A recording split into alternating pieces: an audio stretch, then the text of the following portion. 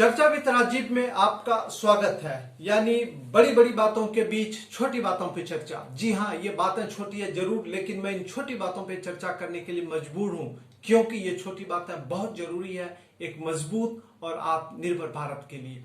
आज जिन छोटी बातों पे मैं चर्चा करने जा रहा हूं वो है कोरोना की मार और उससे उत्पन्न होने वाली जो समस्या है, अनगिनत समस्या है, उनमें से एक महत्वपूर्ण है जॉब लॉस। यानी हम दो चीजों के बारे में चर्चा करेंगे, एक कोरोना की प्रॉब्लम और दूसरा जॉब लॉस की समस्या। कोरोना से लड़ाई पूरे देश में लड़ी जा रही है। सरकार भी पूरा प्रयास कर रही है कि किसी न किसी तरह इस महामारी के फैलाव को रोका जाए। हालांकि यह महामारी पूरे देश में फैल चुका है। अभी तक तकरीबन 28 लाख लोग इस बीमारी से संक्रमित हो चुके हैं और तकरीबन 54,000 लोगों की मृत्यु हो चुकी है। 54,000 लोगों की मृत्यु यानी एक बहुत बड़ी संख्या है और हम उम्मीद करते हैं और हम प्रार्थना भी करते हैं कि जल्द से जल्द हम इस बीमारी की फैलाव को रोक सकेंगे और इसी बीच हमारे पास वैक्सीन भी हो जाएगा और हमारा प्रयास यानी हमारा प्रिवेंटिव मेजर्स और वैक्सीन का एक जो कॉम्बिनेशन बनेगा उससे हम महामारी को जरूर मात दे देंगे। यह चर्चा विद राजीव का विश्वास है और हमें इसमें सफलता मिलेगी, इसमें कोई दो मत नहीं है। दूसरी बात जिसपे मैं चर्चा करना चाहता हूं, शायद उसके बारे में आप भी सोच रहे होंगे, अगर आपने सफर किया होगा job loss due to corona तो इसके बारे में आपने भी सोचा होगा, लेकिन चर्चा नहीं किया होगा। आप चिंतित होंगे, स्वाभाविक है। Job loss is a huge loss और इससे बहुत परेशानियां होती है। अब हमें यह देखना है कि कोरोना की वजह से हिंदुस्तान में कितने लोगों की अभी तक नौकरियां गई हैं। अभी फिलहाल हमारे पास दो रिपोर्ट्स हैं। एक है centre for monitoring of Indian economy की रिपोर्ट है। इस रिपोर्ट की बात करें तो इस रिपोर्ट का मानना है कि हिंदुस्तान में अभी तक 1.89 करोड़ यानी तकरीबन 2 करोड़ लोगों को नौकरियों से हाथ धोना पड़ा है कोरोना की वजह से। दूसरा फिगर है आईएलओ और एडीबी की ज्वाइंट एक रिपोर्ट आई है, इंटरनेशनल लेबर ऑर्गेनाइजेशन और एशियन डेवलपमेंट बैंक की। उसके मुताबिक देश में तकरीबन 41 लाख लोगों की नौकरियां गई है कोरोना की वजह से। दो फिगर्स है हमारे पास। अब जो पहला फिगर है जो एक रिपोर्ट है जिसके अनुसार तकरीबन 1.89 करोड़ यानी ऑलमोस्ट आप कह सकते हैं कि 2 करोड़ लोगों की नौकरियां गई, तो उसमें कुछ लोगों को नौकरियां मिली भी है। अगर रिपोर्ट की डिटेल्स में अगर आप जाते हैं तो आप देखेंगे कि जून माह में काफी लोगों को नौकरियां भी मिली। आईएलओ और एडीबी का जो रिपोर्ट है वह एक पर्टिकुलर सेगमेंट में मुझे लगता है कि इन्होंने ज्यादा फोकस किया, कंस्ट्रक्शन और फार्म सेक्टर पे इन्होंने ज्यादा फोकस किया है और इनका जो 41 लाख का फिगर है मुझे लगता है कि ये भी कन्विंसिंग फिगर है। अब हमारे पास दो फिगर है, दोनों फिगर में जमीन आसमान का अंतर है, लेकिन एक चीज दोनों में कॉमन है कि एक बहुत बड़ी संख्या में लोगों की नौकरियों से हाथ धोना पड़ा है। आपको पता होगा भारत सरकार ने 84 करोड़ लोगों को मुफ्त में खाना देने का फैसला लिया, यानी कि उनको अन्न पहुंचाया जा रहा है मुफ्त में 84 करोड़ लोगों को और उन्हें नवंबर महीने तक मुफ्त में राशन दिया जाएगा। यानी 84 करोड़ लोग ऐसे लोग हैं जो छोटे मोटे नौकरियों में थे, जिनकी नौकरियां चली गई, वो शहर से वापस गांव चले गए और वहां उनके पास शायद खाने का नहीं है। उस वजह से भारत सरकार ने एक महत्वपूर्ण फैसला लिया और भारत सरकार ने परहैप्स यह सुनिश्चित किया है उनमें से किसी भी लोगों की भूख से मृत्यु ना हो, उसके लिए ये कदम लिया गया है जो बिल्कुल सराहनीय है। अब हम जब जॉब लॉस की बात करते हैं तो एक सबसे बड़ी समस्या एक जो हमारे सामने उत्पन्न होती है कि जिन लोगों की नौकरियां गई आज वो किस स्थिति में है, उनके परिवार किस स्थिति में है, वो कौन सारी प्रॉब्लम्स है which they must be facing this days because of the job loss. इसके बारे में आपने जानने का प्रयास नहीं किया।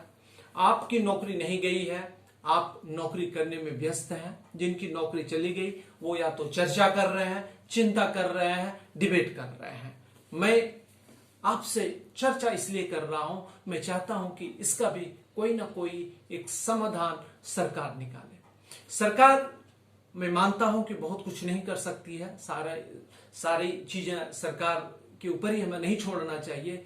समाज के वो सारे लोग भी, उनको भी सामने आने की जरूरत है जो सक्षम है, जिनके पास 5, 10, 20 लोगों को नौकरी में रखने की जिनके पास कैपिटल है, उन लोगों ने भी लोगों को नौकरियों से निकाल दिया।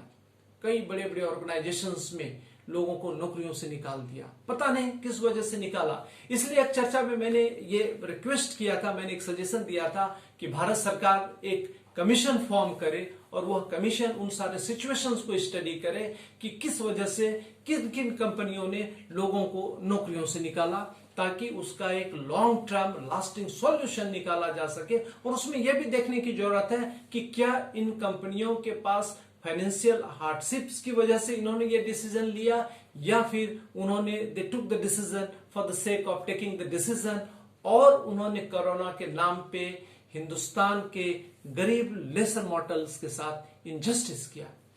मैं मानता हूं कि भारत सरकार जरूर एक ना एक दिन इस एस्पेक्ट को स्टडी करेगी और इसका एक भी समाधान निकालने की जरूरत है। माफ कीजिएगा, अपने देश में एक संस्कृति है कि प्राइवेट सेक्टर में हायरिंग और फायरिंग का जो कल्चर है वो एक चलता आ रहा है।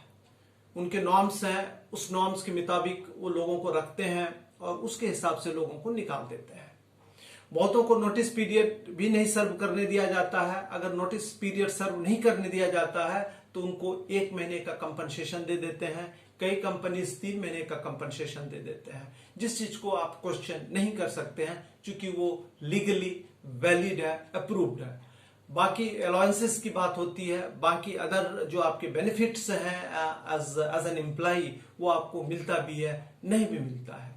अब चूंकि प्रॉब्लम यहाँ 2 प्रकार की होती है, एक तो आपकी नौकरी गई, उसके बाद आप अपनी हक की लड़ाई लड़ने की पोजीशन में रहते नहीं है और इसलिए आप लड़ाई वो लड़ते नहीं है, और वो एक मैकेनिज्म भी नहीं है, वो एक इकोसिस्टम भी नहीं है। अगर कोई इसके खिलाफ लड़ाई लड़ना भी चाहता है तो इस बात की कोई गारंटी नहीं है कि आपको जस्टिस मिलेगा। इस बीच में और सारी जो समस्याएं हैं वो आपके सामने बनकर खड़ी होगी। लेकिन मुझे उम्मीद है कि सरकार इस एस्पेक्ट को देख करके कोई एक fine tune full proof mechanism evolve करेगी, जहां कोई भी व्यक्ति अगर किसी भी वजह से उनकी जॉब जाती है तो उस संस्था को अप्रोच कर सकता है। अभी जब मैं चर्चा कर रहा हूं तो आप सोच रहे होंगे ये क्या बात कर रहे हैं, लेबर कोड का प्रोविजन है, आप कहीं भी जा सकते हैं, कोर्ट भी जा सकते हैं। लेकिन क्या वो उतना आसान है? आप ये सुनिश्चित कीजिए कि ये देश में जो अगर 1 करोड़ लोग लेबर कोर्ट्स में चले जाते हैं आज की तारीख में तो क्या होगा? उनकी सुनवाई होगी? क्या एक टाइम बाउंड मैकेनिज्म है कि जजमेंट आ जाएगा और उनके साथ जस्टिस हो जाएगा? बिल्कुल नहीं हो सकता। काफी वक्त लगता है, आपके पास टाइम होना चाहिए, आपके पास रिसोर्सेस होने चाहिए। ऐसा कोई फुल प्रूफ मैकेनिज्म नहीं है कि जहां आप गए 10 दिन, 15 दिन, 20 दिन, 1 महीने में जजमेंट आ जाएगा और आपको जस्टिस मिल जाएगा, यानी कि ये क्लियर हो जाएगा कि आपकी जो नौकरी गई वो जायज था, जस्टिफाइड था, इसलिए you are not entitled to any benefits. और अगर आपके साथ कोई इनजस्टिस हुआ है तो आपको जो इंटाइटलमेंट्स आपका बनता है, जो आपका हक बनता है वो मिल जाएगा। यह उतना आसान नहीं है जितना हम समझते हैं। इसलिए आज की तारीख में हमारे देश में जो हैव्स एंड हैव नॉट्स का जो इशू है वो देखिए कितना मजबूती से उभर करके सामने आया है। वो दुखद है लेकिन हम उसको इग्नोर नहीं कर सकते हैं। जिन लोगों की नौकरियां बची हुई हैं वो साइलेंट है, जिन लोगों की नौकरियां चली गई वो कुछ कर नहीं सकते, वो भी साइलेंट है, क्योंकि उन्हें भी कहीं ना कहीं लगता है कि ज्यादा बोलने से और चीजें खराब होगी तो चुप रहो, फिर नौकरी तो मिल ही जाएगी, अगर प्रॉब्लम्स है तो उसको सह रहे हैं। लेकिन एक डेमोक्रेटिक सेटअप में जहां एक वेलफेयर गवर्नमेंट है, जहां कि हमारे द्वारा, जहां पीपल के लिए गवर्नमेंट है, जैसा कि हम कहते हैं कि डेमोक्रेसी क्या है, for the people, by the people, of the people, यानी हमारी सरकार हमारे लिए है और हमारे द्वारा बनाई गई है। तो यहाँ एक लोगों में होप रहता है कि सरकार कुछ करेगी, सरकार को कुछ करना चाहिए। मैं भी मानता हूं सरकार को भी कुछ करना चाहिए। सरकार ने कुछ महीने पहले आरबीआई ने एक डिसीजन लिया कि आपने अगर कोई होम लोन्स लिए हैं, कोई आपके अगेंस्ट पर्सनल लोन्स है, क्रेडिट कार्ड का पेमेंट है, तो उस पर उन्होंने मॉरेटोरियम का एक बेनिफिट दिया जो कि अब अगस्त में वो खत्म हो रहा है। यानी कि आपकी नौकरी गई और अगस्त तक अगर आपने कोई अपनी जॉब की व्यवस्था नहीं कर पाए तो आप जस्ट सोच सकते हैं कि सितंबर से उनके ऊपर क्या गुजरेगा। लेकिन वो आपका प्रॉब्लम है, वो आपको समझना है। यही बहुत बड़ा प्रॉब्लम अपने देश में कि हम इंडिविजुअल की प्रॉब्लम के बारे में नहीं सोचते हैं, हम अपनी प्रॉब्लम के बारे में सोचते हैं। हमें सबों के प्रॉब्लम के बारे में सोचने की जरूरत है। हमें देश के 1 करोड़, 1.5 करोड़, 2 करोड़ जिन लोगों ने भी नौकरियां खोई है, सबके बारे में सोचने की जरूरत। अब आप सोचेंगे कि चर्चा विद राजीव में बड़ी बड़ी बातों पे ये चर्चा करते हैं। जी नहीं, वो बड़ी बड़ी बातें हमारे लिए हो सकती है, लेसर मोटर्स के लिए हो सकती है, राष्ट्र के लिए हो सकती है, लेकिन जो पावरफुल लोग हैं, जो रिच लोग हैं, उनके लिए छोटी बातें हैं, वो इन चीजों पे ध्यान नहीं देते हैं। उनके पास डिबेट, डिस्कशन, वेबिनार, सेमिनार के अलावा उनके पास कोई चीजें, बड़ी बड़ी चीजों करने के अलावा उनके पास छोटी चीजों के लिए कोई वक्त नहीं होता। तो चलिए, कोई बात नहीं है, हम छोटे लोग हैं। देश के 90% जो लोग हैं वो छोटे ही लोग हैं। हमारे ऑनरेबल प्राइम मिनिस्टर भी हमारे लिए रोल मॉडल हैं। उनकी भी एक हम्बल बैकग्राउंड है, वो भी एक चाय बेचते थे बचपन में, और हमारे जैसे परिवार से निकल करके आज राष्ट्र के प्रधानमंत्री बने हैं। तो कोई बात नहीं, हमारे राष्ट्र के लिए एक, हमारे लिए लेसर मॉर्टल्स के लिए एक इंस्पिरेशन है कि मुसीबत में हमें डट के खड़ा रहना है और सिचुएशंस को फेस करना है और एक मजबूत राष्ट्र बनाना है। लेकिन एक हमारा रिक्वेस्ट है, चर्चा विद राजीव की खासियत है कि हम समस्याओं और प्रॉब्लम्स को हम फ्लैग करते हैं, तो उसका एक हम समाधान, उसका एक सॉल्यूशन भी सजेस्ट करते हैं। तो सॉल्यूशन क्या? मैं एक सॉल्यूशन, हमारा मानना है कि जिन लोगों की नौकरियां गई है, उनकी लास्ट सैलरी का 60 to 70% of the last salary drawn by an individual should be paid by the government for the 6 months। अगर उनके घर में अगर कोई और नौकरी करने वाला है, चाहे उनके पिता या उनकी पत्नी जॉब में है, तो फिर उनको आप 25% दें। पिछले सैलरी, लास्ट सैलरी जो उन्होंने ड्रॉ किया, उसका 25% आप 6 months तक दें। यानी मैंने क्या कहा कि अगर कोई व्यक्ति घर का इकलौता रोजी रोटी कमाने वाला है और अगर उसकी नौकरी गई है, तो लास्ट जो उनकी सैलरी जो ड्रॉ किया है, उसका 60 to 70% सरकार दे फॉर द 6 months। अगर उनके घर में कोई और है जॉब करने वाला, वो दूसरे 2 व्यक्ति थे, तो उनको 25% ऑफ द लास्ट मंथ की जो सैलरी है उनको सरकार को पे करनी चाहिए। एक सलाह है, एक मैं ये नहीं कहता कि सरकार किस प्रकार से इसको इंप्लीमेंट करेंगे, लेकिन ये करने की जरूरत है।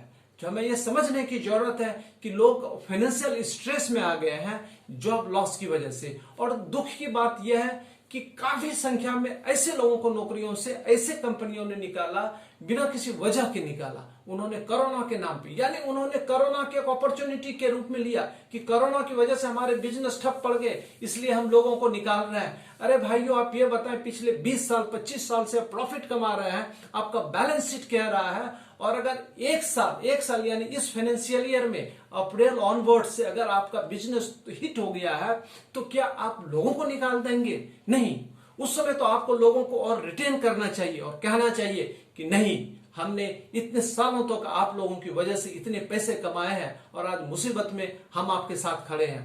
सैलरी कट की बात जस्टिफाइड है, आप उनके अलाउंसेस नहीं देते, उनको डीए नहीं देते, उनकी सैलरी कट हो जाती 20%, 10%, 30%, जो भी पॉसिबल था, एक मैकेनिज्म निकाल करके आप लोगों को रखते। तो भारत में एक ये जो फीलिंग है कि ये जो हमारी भावना है कि हिंदुस्तान में अगर इस प्रकार का कोई प्रॉब्लम हो तो पूरे राष्ट्र को खड़ा होकर के उसका सामना करना चाहिए, ना कि मुसीबत में किसी को अपने लिए अपॉर्चुनिटी देखना चाहिए।